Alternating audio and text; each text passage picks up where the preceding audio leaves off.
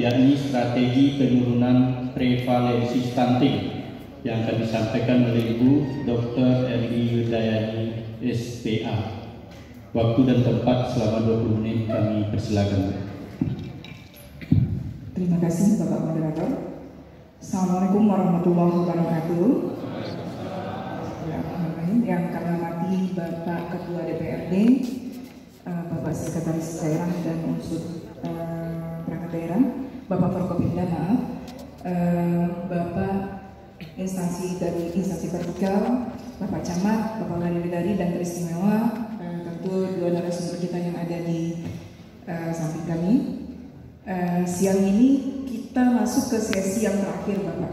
Sesinya mungkin sesi yang sedikit mengajak bapak-bapak dan ibu untuk mungkin melihat isu nasional yang sekarang lagi hangat-hangatnya dibicarakan, itu kita bicara tentang stunting. Mohon izin slide. Ada.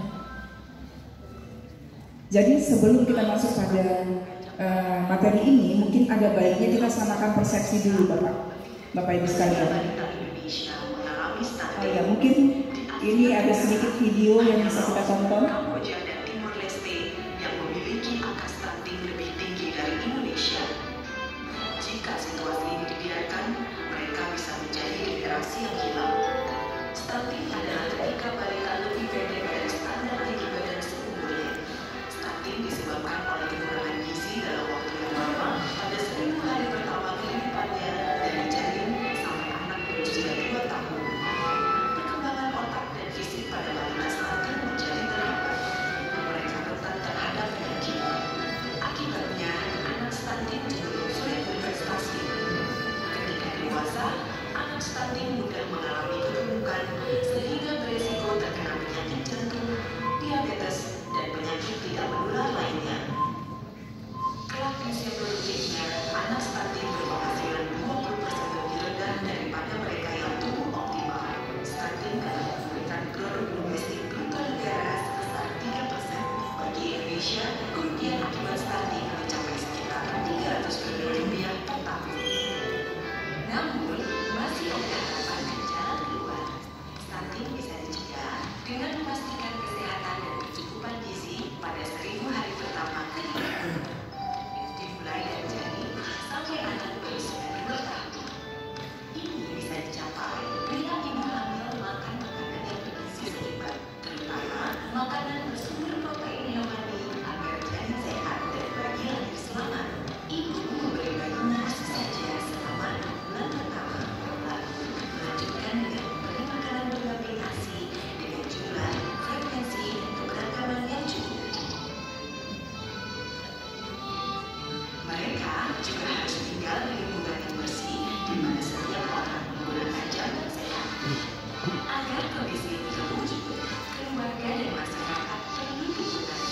Pemerintah perlu merevitalisasi posyandu sebagai sarana pendidikan gizi dan pemantauan tumbuh kembang balita, melatih para petugas kesehatan dan kader agar mampu mendidik masyarakat, memberi tablet-tablet darah untuk ibu hamil serta vitamin A dan obat cacing untuk balita, memfasilitasi masyarakat agar setiap keluarga memiliki dan menggunakan jalan sehat, serta mendidik masyarakat agar dapat mengolah dan menyimpan air minum yang aman. Semua program ini adalah investasi yang sangat menguntungkan. Jika angka stunting dapat diturunkan, pertumbuhan ekonomi bisa ditingkatkan. Investasi untuk mencegah stunting menjanjikan keuntungan 48 kali lipat. Artinya, jika kita berinvestasi 100 juta saja, keuntungannya bisa mencapai 4,8 miliar.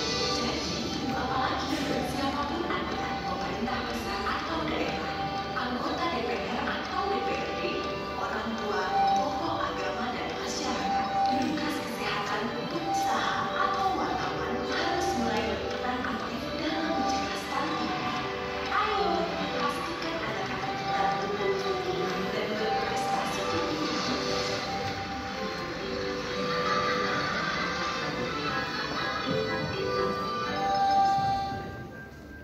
Oke, baik.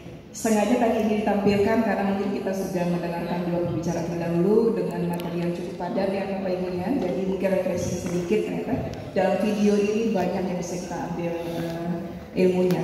Jadi izinkan saya untuk membagikan slide ini, bukan berarti bermaksud mengajarkan. Selamat datang Pak Bupati. Izin Pak Bupati. Izinkan kami membagikan materi ini untuk menjadi bahan bagi berdiskusi nanti. Silakan slide. Nah, jadi mungkin kita semua sepakat bahwa anak itu adalah masa depan bangsa, harta berharga bagi bangsa kita. Nah, Indonesia mencanangkan bahwa di 2045 nanti Indonesia itu punya generasi emas, dan ini tentu dibangun dengan fondasi yang kuat. Jadi untuk mencapai ini anak harus terpenuhi kebutuhan nutrisinya, terutama pada 10 hari pertama kehidupannya. Lanjut. Nah, kenapa 1000 HPK itu sangat penting? Karena secara medis itu pada 1000 hari pertama kehidupan itu terjadi hal-hal penting, terjadi hal-hal mendasar untuk kehidupan manusia. Saya bertambah dengan cepat, terutama otak. Otak anak itu pada 6 bulan pertama itu sudah mencapai 80% otak dewasa. Jadi imunitas tubuh berkembang dengan cepat, fisik berkembang dengan cepat itu sebelum anak berusia 2 tahun. Lanjut. Dan jika terjadi satu hambatan pada periode ini, maka akan terjadi kelainan yang bersifat irreversibel, tidak bisa dikembalikan Bapak. Jadi kalau anak kita udah lewat dari masa 2 tahun dan dia melewati masa 2 tahunnya itu dengan segala kesulitan, tumbuh dengan tidak optimal, maka semua keadaan jelek yang dibawanya itu tidak bisa kita kembalikan. Mungkin fisik bisa kita perbaiki, tapi otaknya tidak. Karena pertumbuhan otaknya maksimal itu terjadi pada usia 6 bulan pertama dan masih bisa kejar 90% otak dewasa itu sampai usia 3 tahun. Kalau maksimal 3 tahun. Setelah itu yang terjadi itu adalah sambungan silang-silang otak, stimulasi kita untuk membuat anak lebih terlatih saja, tapi volume otak tidak bisa terlalu lagi. Lanjut. Nah, jadi berdasarkan ini ada 3 titik kritis pada masa perkembangan anak di 9 bulan pertama. Yang pertama pada usia kehamilan yang 9 bulan itu sekitar 270 hari, di mana ibu dalam kondisi hamil itu butuh zat nutrisi yang tentu berlebih dari yang sebelumnya. Kemudian pada usia 0 sampai 6 bulan ada 2 prediksi itu. Yang pertama, inisiasi menyusui dini, anak yang berlaku itu harus mendapatkan inisiasi menyusui dari ibunya dan dilanjutkan dengan ASI eksklusif. Kemudian titik ketiga adalah ketika anak mendapatkan makanan pendamping ASI atau MPASI. Nah, persoalan di kita adalah mindset yang masih kurang tepat ketika anak lahir atau ketika ibu hamil. Banyak yang tidak boleh makan ini itu masih harus banyak kita perbaiki. Kemudian ketika anak lahir tidak disusui, tidak segera di-IMD-kan ini, bahkan di tempat-tempat persalinan yang sudah ada tenaga kesehatannya. Kemudian anak juga tidak disusui secara eksklusif. Padahal menyusui eksklusif itu adalah modal utama anak untuk bisa mendapatkan nutrisi, kalori, protein yang gampang, yang mudah asal ibunya tidak cap. Nah, lanjut. Nah, mungkin kita pernah lihat grafik seperti ini. Pada survei ternyata ketika anak mengalami perlambatan pertumbuhannya, jadi ketika anak mengalami istilah kedokterannya weight faltering, jadi pertumbuhannya mungkin kalau garis kuning dia tidak mencapai garis, tidak ikuti lengkung yang seharusnya, dia melengkung ke bawah. Kalau yang merah itu dia justru mendatar. Kuning itu disebut weight faltering, artinya kurvanya tidak sesuai garis pertumbuhannya. Kalau yang di merah itu kurvanya mendatar. Nah, alih-alih seperti ini yang sering kita lihat bahkan tidak kita sadari grafiknya turun ke bawah, dia menyeberang ke grafik bawahnya. Nah, ini banyak kita temukan ketika stunting itu heboh, kasusnya heboh. Nah, kita lihat ketika audit kasus stunting ternyata balita ini sudah dari usia 3 bulan pertama atau 6 bulan pertama dia sudah mengalami weight faltering, tapi tidak terdeteksi oleh kita. Ditimbang iya, tapi tidak diplot ke grafik. Kalau diplot ke grafik tidak dianalisis, itu persoalannya. Lanjut. Nah, secara nasional memang angka stunting kita sudah mulai turun dari 27,7 dari 2019 menjadi 24,4 secara nasional. Tapi menurut Menteri Kesehatan kita ini belum cukup. Ini belum cukup termasuk di Sumatera Barat. Sehingga diperlukan inovasi baru yang melahirkan Perpres nomor 21 tentang percepatan penurunan stunting ini. Lanjut. Nah, mungkin ini yang kita bilang tadi, perlu kita samakan persepsi Bapak Ibu sekalian. Apa yang dikatakan dengan stunting? Stunting itu ada dua kata kunci. Yang pertama, berat tinggi badan anak di bawah usia rata-ratanya, di bawah persentase usia rata-ratanya. Dan ada kata kunci lain, disertai disebabkan oleh gangguan gizi yang kronik. Jadi tidak mentang-mentang teman kita mungkin tingginya kurang langsung kita bilang stunting. Mungkin itu istilah umum stunted kalau tingginya di bawah rata-rata, tapi bukan berarti stunting. Kalau stunting sudah ada gangguan perkembangan, otaknya pasti tidak akan cerdas. Otaknya tidak akan bisa ikuti anak-anak normal. Biasanya seperti itu. Nah, lanjut. Nah, ini lanjut tadi saja ke bawah. Nah, jadi dampak stunting itu yang paling penting harus kita pahami, ada dampak jangka pendek, dampak jangka panjang. Jangka pendek itu jadi bukan hanya sekadar tubuhnya yang mini, tubuhnya yang rendah, tubuhnya yang kecil, tapi sebenarnya terganggu perkembangan otak dan kecerdasannya. Anak kita semua itu tidak bisa bersaing dengan anak-anak lain untuk masuk universitas negeri, tidak bisa masuk sekolah unggul, tidak bisa nanti bersaing untuk masuk akabri, masuk polisi, ya Pak ya, tidak bisa nanti jadi anggota dewan, kalah bersaing Pak, tidak bisa jadi bapak bupati nanti. Nah, jadi itu mungkin akan dialami kita. Kemudian terganggu perkembangan fisik sudah pasti, tubuhnya akan lebih pendek dan terganggu metabolisme tubuh. Dan yang tidak kita sadari jangka panjangnya ini bisa menurunkan kemampuan kognitif. Jadi anaknya sudah pasti kemampuannya lemah, tidak bisa bersaing seperti kita bilang tadi, kemudian menurunkan kekebalan tubuhnya, dan yang paling parah, yang tidak kita sadari itu adalah risiko untuk penyakit degeneratif. Apa itu Bapak sekalian? Penyakit yang misalnya DM, hipertensi. Kenapa? Karena terjadinya perubahan metabolisme akibat kekurangan zat tertentu, akibat kekurangan asupan kalori protein. Lanjut. Jadi kalau sudah terjadi malnutrisi, pemenuhan nutrisi tidak adekuat di bawah 2 tahun, maka sifatnya irreversible, tidak bisa dikembalikan. Maka penting sekali periode 10 hari pertama itu. Nah, ini dia salah satunya. Kalau restriksi kalori saja 50% dalam 1 hari, dalam 3 hari, atau protein itu 33% dalam 7 hari maksudnya, itu akan menurunkan hormon IGF-1. Hormon IGF-1 ini penting sekali untuk pertumbuhan anak karena dia berperan untuk mengambil asam amino, berperan untuk pertumbuhan tulang, otot dan sebagainya. Dan yang kuning itu berperan untuk metabolisme lemak. Metabolisme lemak akan melambat sehingga akan mudah menjadi obes dan itu tidak baik. Lanjut. Nah, apa sih sebenarnya strategi dalam percepatan penurunan stunting ini? Ini sederhana Bapak Ibu sekalian. Yang paling penting adalah mencegah stunting yang baru. Tidak boleh ada stunting baru lagi. Nah, jadi ini strateginya ini banyak yang bisa kita lakukan. Misalnya dengan mengoptimalkan ibu hamil, tidak boleh anemi, tidak boleh kekurangan gizi, tidak boleh mungkin dikurangi pernikahan dini, dikurangi persalinan remaja. Nah, kemudian target penurunan stunting itu pada balita dan target untuk menyamakan kognitif itu pada anak di bawah 2 tahun. Jadi kalau udah lewat 2 tahun, sedikit harapan kita untuk memperbaiki kecerdasannya. Lanjut. Nah, ini 5 aksi nasional untuk penurunan stunting itu. Yang pertama, tentu penyediaan data keluarga yang berisiko stunting. Ini datanya harus yang berbasis bukti, datanya yang benar, akuntabel. Kemudian pendampingan keluarga yang berisiko stunting, pendampingan semua calon pengantin atau pasangan usia subur dan surveillance keluarga yang berisiko. Ini semua 1-4 ini untuk mencegah stunting yang baru. Dan kalau sudah ada stunting, dilakukan audit kasus stunting dengan tim yang sudah dieskakan oleh Bapak Bupati. Nah, lanjut. Nah, ini untuk keluarga yang berisiko itu ada pengantin, calon pengantin, pasangan usia subur, ibu hamil, anak dari 0 sampai 23 bulan dan seterusnya. Ini menjadi target nanti kita untuk intervensi sensitif dan spesifik. Lanjut. Nah, ini lanjut nanti di bawah. Lanjut dulu. Nah, jadi ternyata sudah banyak penelitian ilmiah yang ada 2 poin utama dalam penanganan pencegahan stunting. Yang pertama itu penerapan panduan pemberian makan bayi dan balita yang mudah, gampang dilakukan.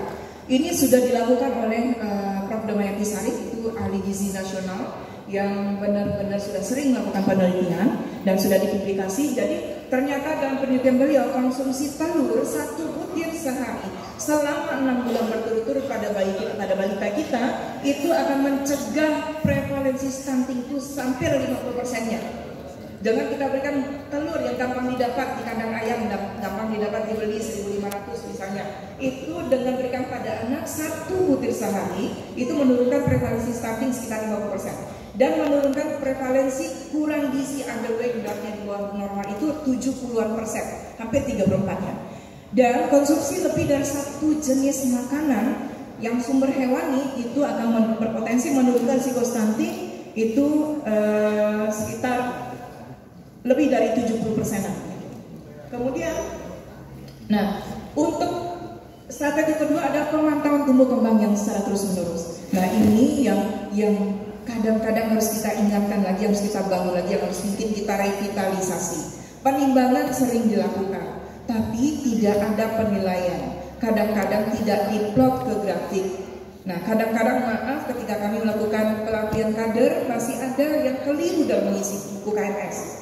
Misalnya bayi datang di bulan 1, bulan 2 dia tidak datang, bulan 5 dia datang, diisi di bulan 2. Sehingga kesannya seolah-olah anaknya gizinya bagus tumbuhnya.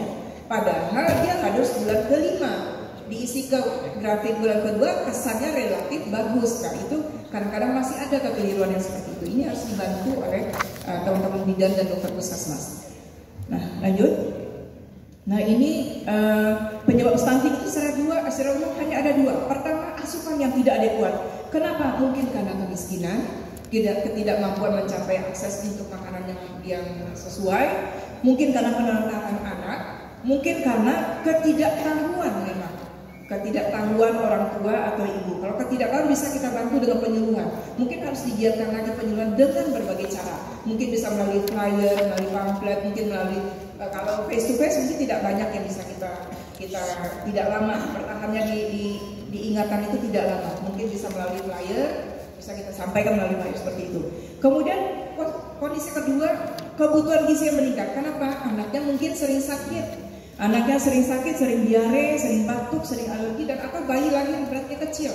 Nah itu risiko dia untuk mengalami stunting lebih tinggi. Lanjut.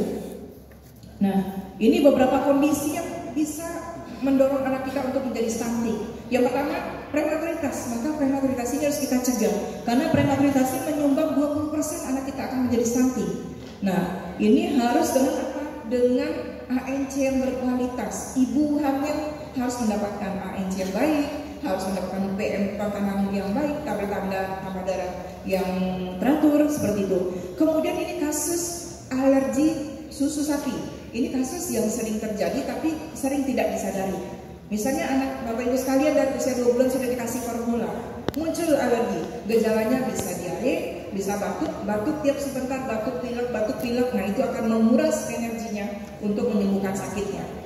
Nah, penyerapannya juga tidak akan bagus. Nah, selanjutnya apa? Mungkin ada kasus weight faltering, tidak adekuatnya pertambahan pertumbuhan yang tidak dikenali, yang tidak disadari terjadi di lapangan. Kemudian mungkin ada kelainan bawaan, kelainan metabolisme tertentu, dan ini mungkin tingkatnya harus rumah sakit yang mendeteksi dan ini kalau memang sudah kelainan bawaan biasanya jarang yang bisa diobati. Biasanya kematiannya kontribusinya 100% biasanya akan mengganggu pertumbuhan. Lanjut. Nah, selain itu kita juga ingat bahwa ada penyebab perawakan pendek yang lain, yang mana misalnya ada penyakit tertentu, penyakit TBC, penyakit susunan saraf pusat, kelainan darah, kelainan hormon dan lain-lain. Ini memang nanti ini ranahnya dokter. Lanjut. Nah, jadi apa saja sebenarnya faktor risiko terjadinya stunting? Yang pertama, nutrisi ibu hamil yang tidak adekuat, yang tidak sesuai itu akan menjadikan anak berisiko untuk stunting. Yang kedua, kehamilan usia remaja yang belum siap sebenarnya untuk ditumbuhi janin. Kemudian jarak kehamilan yang terlalu pendek atau kehamilan yang tua, anak yang lahir tidak sesuai beratnya IUGR dan kelainan yang prematur. Kualitas ketika anak sudah dapat makanan pendamping ASI kualitasnya tidak sesuai. Sering kita dapatkan di rumah sakit Bapak Ibu sekalian ketika orang tua bawa anaknya, kita tanya, anaknya sudah makan apa Bu? Ada dok, dikasih nasi dengan apa? Dengan wortel. Menurut orang tuanya, wortel itu sudah benar. Mindsetnya hanya sayur. Padahal untuk tumbuh dan mencegah stunting, protein protein hewani yang paling dibutuhkan, di samping memang ada mineral, vitamin dari sayuran dan buah. Nah, kemudian seringnya terjadi infeksi pada bayi balita, itu akan menguras energinya. Lanjut. Nah, jadi begitu mendepresikan ya Bapak Ibu ya, tapi sebenarnya ada good news-nya. Stunting itu bisa dicegah. Dengan apa?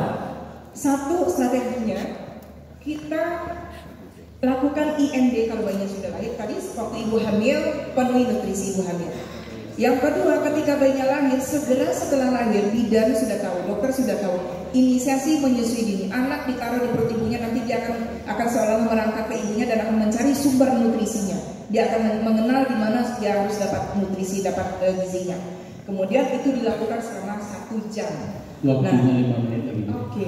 Kemudian ASI eksklusif sama 6 bulan, makan pendamping ASI yang sesuai dan melakukan pemantauan secara terus-menerus terhadap keadaannya. Lanjut. Nah, ini kata Prof. Damayanti Salim ini kualitas dan kuantitas MPASI yang salah.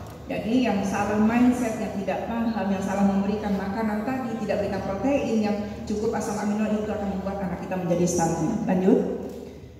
Nah, ini intervensinya, algoritmanya di posyandu apa yang dilakukan untuk mencegah stunting? Timbang dan ukur, kemudian jika berat badan, panjang badannya sesuai, tidak ada weight faltering, itu bisa dilanjutkan pemberian makanan biasa di posyandu.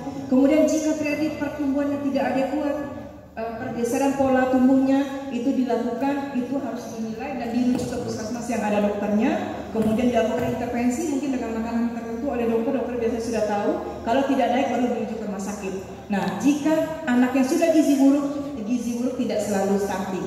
Gizi buruk itu bisa itu hanya berat badan yang kurang, tapi tinggi badan akan terjadi gangguan tinggi badan kalau gangguan gizinya sudah berlangsung kronik lama. Nah, untuk yang paling kanan itu untuk laksana stunting oleh dokter di rumah sakit.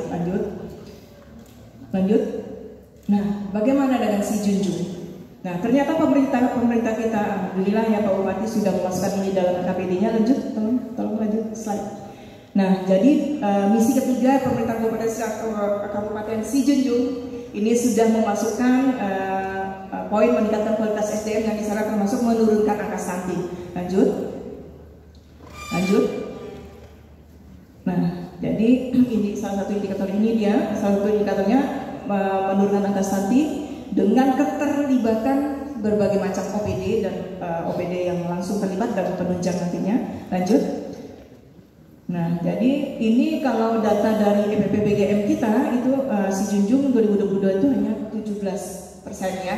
Sementara dari SSGI itu sekitar 30%. Nanti mungkin data ada yang perlu kita revisi. Lanjut. Nah, ini dia data yang di Si Junjung sekitar, kalau dijumlahkan kalau ini malah dapatnya 14%-an. Lanjut. Nah, jadi sebenarnya cukup membahagiakan, tidak terlalu banyak gizi buruk dan gizi kurang kita, malah sebagian besar gizi normal. Jadi ini sudah potensi bagi jadi tidak hanya berita buruk Pak Bupati, ini ada berita bagusnya juga. Jadi sebagian besar gizi anak kita normal dari data EPPBGM kita. Lanjut. Nah, untuk ibu hamil juga sebenarnya tidak banyak ibu yang anemia dan tidak sekitar 6% atau 7%, dan ibu yang CAP itu hanya sekitar 8%. Jadi artinya apa? Harapan kita untuk stunting yang baru tidak akan bertambah lagi nih di Si Junjung. Lanjut, jika ini bisa kita pertahankan, ibu hamilnya bisa, yang anemia bisa kita atasi, yang CAP-nya bisa kita atasi dengan baik. Nah, lanjut. Nah, dari yang kita paparkan tadi, apa sebenarnya yang bisa kita diskusikan? Pertama, stunting itu kita tahu penyebabnya multifaktorial. Kemudian penting manajemen sistem kolaborasi dengan antar profesi. Kemudian peran penting kelembagaan, terutama ini mulai dengan pendataan yang benar, timbang dengan benar, ukur dengan benar, kemudian dokumentasikan dengan benar. Kemudian pantau pertumbuhan dan perkembangan anak itu secara rutin, mutlak harus dilakukan di posyandu. Kemudian peran kader dan dokter itu di lini pertama itu sangat penting, dan penting juga kader dan bidan untuk memahami mana pertumbuhan yang normal, mana yang sudah mulai garisnya melengkung ke bawah. Itu tidak harus dia di bawah garis merah, jangan tunggu di bawah garis merah. Ketika garisnya mendatar saja itu sudah warning, apalagi mulai turun ke bawah. Nah, kemudian di sini intervensi spesifik nanti diperlukan, kita lihat di bawah. intervensi spesifik yang diharapkan untuk percepatan penurunan stunting. Yang pertama, semua remaja putri itu setidaknya 58% itu mendapatkan tablet tambah darah karena mulai terjadi anemia pada remaja putri karena proses haidnya. Kemudian ibu hamil yang diet itu harus mendapatkan PMT sekitar 90%, semua ibu hamil itu harus mendapatkan konsumsi tambah darah sekitar 90% paling tidak, dan bayi yang di bawah 6 bulan itu harus mendapatkan ASI eksklusif. Kalau semua ini kita kerjakan, ini kita akan mencegah stunting baru. Ini bisa dibaca saja Bapak Ibu. Kalau kita kerjakan yang intervensi spesifik ini, akan mencegah stunting yang baru. Dan balita gizi kurang tidak harus menjadi stunting. Ini bisa kita cegah dengan pemberian PMT yang sesuai. Kemudian balita harus dapat imunisasi lengkap. Ada sedikit lagi, tinggal satu lagi slide-nya. Sedikit lagi. Nah, jadi penting di situ keterlibatan semua lini. Pemerintah mulai dari yang terbawah sampai tingkat pemerintah daerah itu sudah terlibat di sini, dan memang kita harapkan mungkin Bapak Wali Negari yang paling bawah, yang paling mengenal masyarakatnya, dan mungkin melalui bidang desa, melalui pendamping nanti pendamping keluarga berisiko itu bisa mendapatkan data yang sesuai dan bisa berdiskusi nanti apa yang dibutuhkan untuk menjadikan seorang anak ini tidak masuk ke stunting. Nutrisi apa yang diperlukan mungkin nanti bisa kita sampaikan pada saat berdiskusi. Mungkin demikian saja yang bisa kita sampaikan dalam waktu serba terbatas ini.